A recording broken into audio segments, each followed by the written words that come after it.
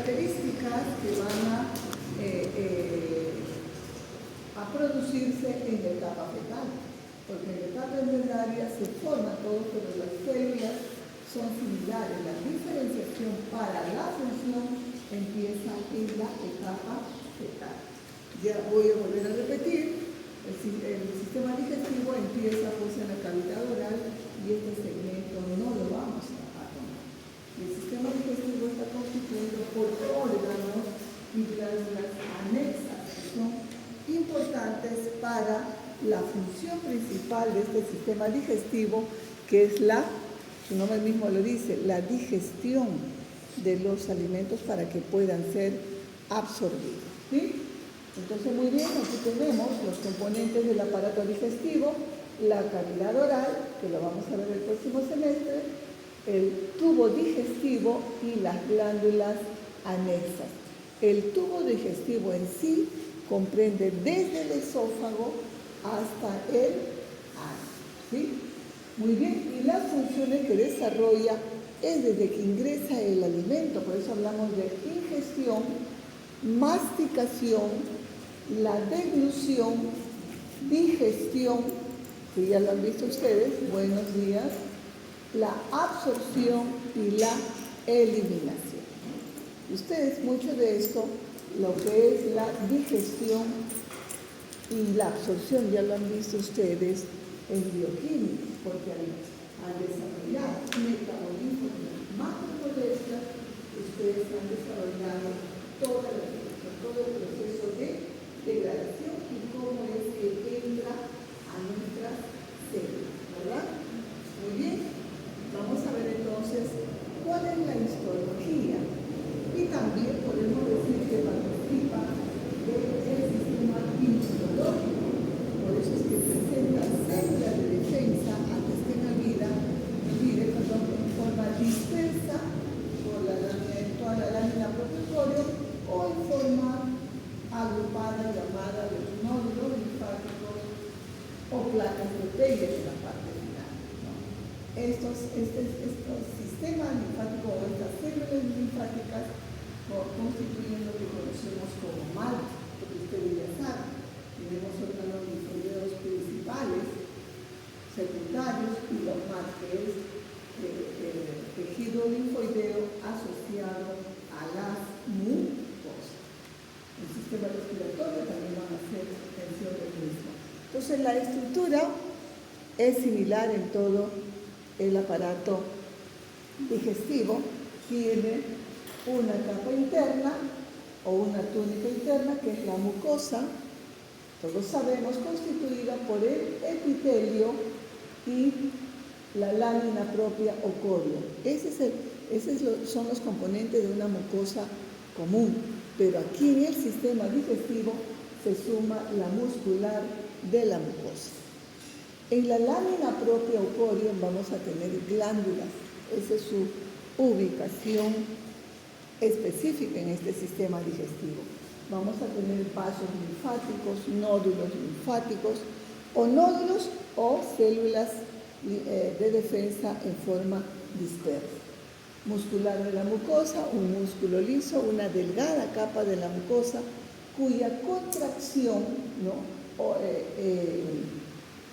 Gracias al estímulo de un plexo que se encuentra en la submucosa, va a favorecer la secreción de estas glándulas que se encuentran en esta lámina propia o corio. Luego tenemos la submucosa, que también es tejido conectivo, donde normalmente están ubicados los vasos sanguíneos, ¿no? Las fibras nerviosas,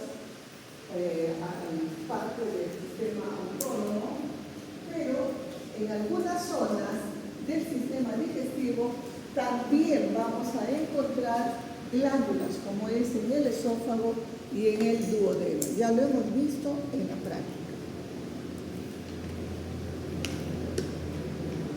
Muy bien. En esta submucosa tenemos aquí parte del sistema inervación que corresponde al sistema nervioso autónomo, ¿no? Se le conoce como inervación entérica, o sea, propia del sistema digestivo. Y aquí tenemos al plexo submucoso de Meissner. Luego tenemos la túnica muscular, constituida por 2 capas, a excepción del estómago, donde tenemos 3 capas. La túnica o la capa muscular, la circular interna y la longitudinal externa. En cambio, en el estómago se suma una, que es la oblicua interna. La circular interna pasaría a ser media y la longitudinal la capa externa. Sabemos nosotros que el sistema digestivo tiene diferentes segmentos: esófago, estómago, intestino delgado, y van a pasar los alimentos ingeridos, van a pasar de zona a zona. Alguien debe controlar. Generalmente los que controlan son como una puerta, son los esfínteres. En el sistema digestivo no hay un esfínter anatómico, ¿no? Lo que tiene es un esfínter formado por esas capas musculares, específicamente la circular interna, y es la que va a controlar el vaciamiento, o sea, el pasaje de una zona a otra, porque vamos a ver varios esfínteres fisiológicos, el esófago, el cardio, el píloro y el duodeno, y así sucesivamente, ¿no? Y vamos a tener entre las capas circular interna y la longitudinal externa, tendremos otra inervación entérica, que es el plexo de Auerbach, ¿no? Y la última túnica, que es la externa, la más externa, que puede ser una serosa o una adventicia, dependiendo si se encuentra intra o retroperitonealmente, ¿ya? Muy bien, aquí tenemos la íntima, ¿no? La túnica interna, tenemos con su epitelio, que es el que se va a modificar dependiendo de la zona donde nos encontremos. Y es este epitelio el que nos va a permitir el diagnóstico, o nos facilita el diagnóstico de la zona donde nos encontramos. Va de un epitelio estratificado a un epitelio simple. ¿Estamos? Entonces, y todo epitelio, hijos, recuerden, siempre va a ir descansando sobre un tejido conectivo, que en este caso toma el nombre de lámina propia o codo. Ya sabemos, el epitelio se dispone en el espacio en 2 formas: un epitelio de revestimiento, que en este caso sería el epitelio que está revistiendo a ese sistema digestivo. También el epitelio se va a imaginar, ¿no? Miren, hacia la lámina propia o codo, y le va a constituir las glándulas. Entonces, las glándulas del sistema digestivo se originan de su propio epitelio. Y aquí tenemos la capa muscular de la mucosa. Entonces, es la capa más interna, o la túnica interna. Y aquí tengo la túnica, que es la submucosa, donde normalmente encontramos vasos, nervios, como les decía, pero también podemos encontrar, buenos días, vamos a encontrar glándulas en el duodeno y en el esófago. Y luego tenemos la capa muscular, o las capas musculares. Aquí hay que tener un poquito de cuidado. Algunos llaman capa muscular interna a la MM y capa muscular externa a esta capa muscular. ¿Ya? Hay que tener un poco de cuidado. En esta capa muscular tenemos una que yo prefiero llamarle capa muscular, y aquí parte de la mucosa. Tenemos la circular y la longitudinal externa. Y tendremos aquí una adventicia o una serosa. Ustedes han llevado anatomía. Me gustaría saber cuál es la diferencia entre una adventicia y una serosa.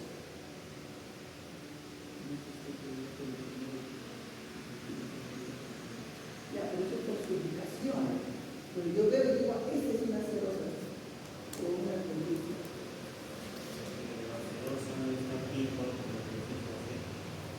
La cerosa. A ver, ¿quién me dice de la forma? Una, justamente por lo que dice, bueno, no está revestida de mesotelio. En cambio la otra, ¿no? La adventicia no solamente es tejido con él. O sea, si yo realmente porque puedo diferenciar adventicia de cerosa, sí. ¿El mesotelio qué cosa es? ¿Ah? Tejido plano. Yo veo el epitelio, aún que yo no sé si será el esófago, será no sé, el estómago. Histológicamente yo puedo decir, esta estructura o este órgano resulta peritonal, porque tiene su mesotelio. Estamos muy bien. Igualmente aquí, ¿no? Aquí, la inervación del sistema digestivo, miren, tiene dos tipos de inervación. El sistema nervioso entérico, o sea, por los plexos que ya hemos mencionado y que van a provocar el funcionamiento, pueden hacer que funcione el sistema digestivo.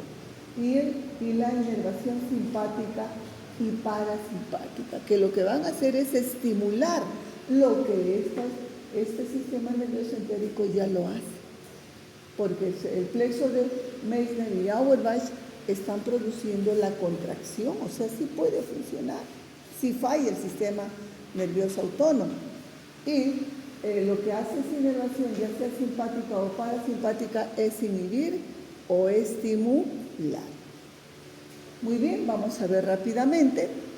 Primero, el primer segmento de este tubo digestivo, que es el esófago, cuyos extremos son pues su comunicación con la faringe y luego tenemos aquí con el estómago. Tiene una longitud promedio, o sea, no podemos ser dramáticos y decir solamente mide esta cantidad de aproximadamente 25 centímetros.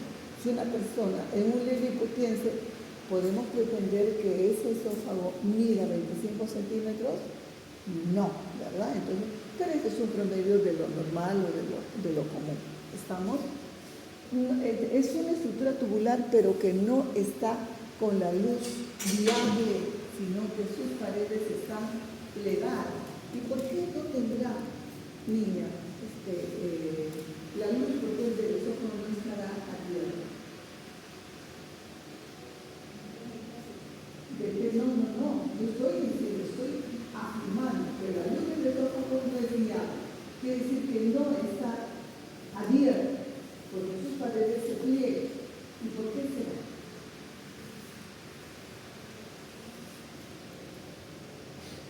¿Por qué? A ver. ¿Por qué? Por la proliferación de bacterias. A ver, ahorita todos nuestros esófagos, la luz no está abierta, está plegada. No es que no confunda con atresia o con estenosis. ¿Por qué? Todos tenemos ahí, ahorita sus paredes están plegadas. Hay cosas que tenemos en centros sanitarios que no podemos olvidarnos. Y eso es lo que quiero dar yo.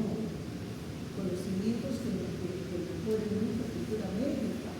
¿Qué hago yo sabiendo que la célula del estrato basal mide tantas mil? No me da autoridad. ¿Por qué estará plegada la luz?